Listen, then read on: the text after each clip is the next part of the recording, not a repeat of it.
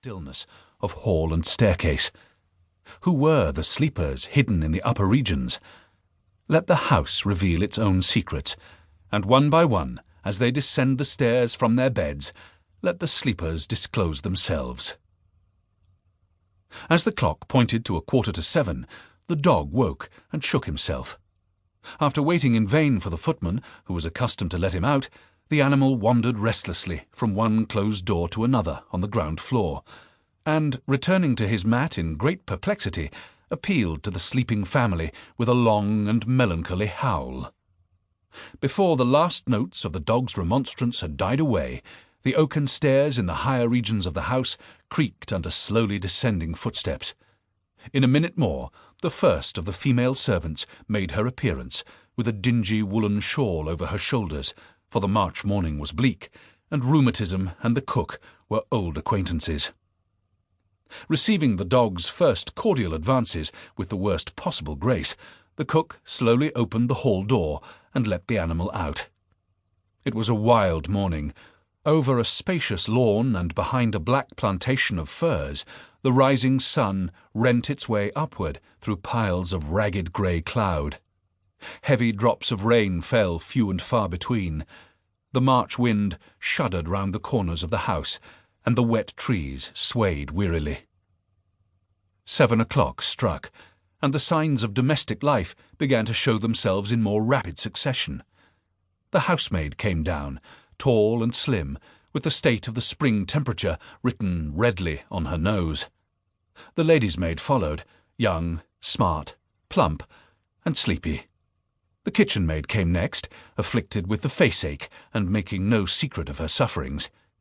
Last of all, the footman appeared, yawning disconsolately, the living picture of a man who felt that he had been defrauded of his fair night's rest.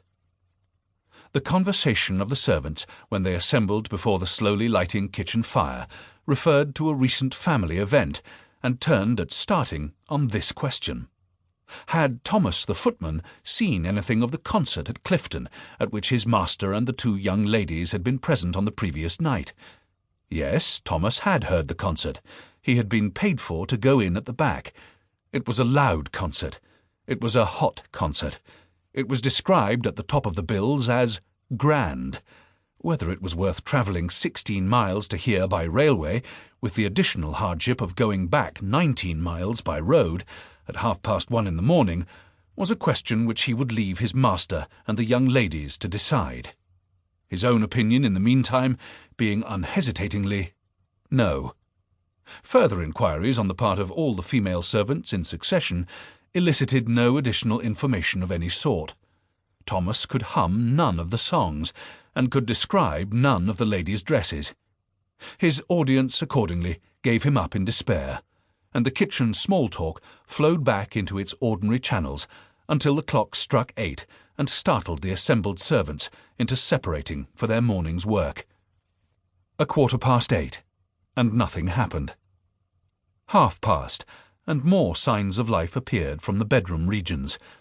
The next member of the family who came downstairs was Mr. Andrew Vanstone, the master of the house.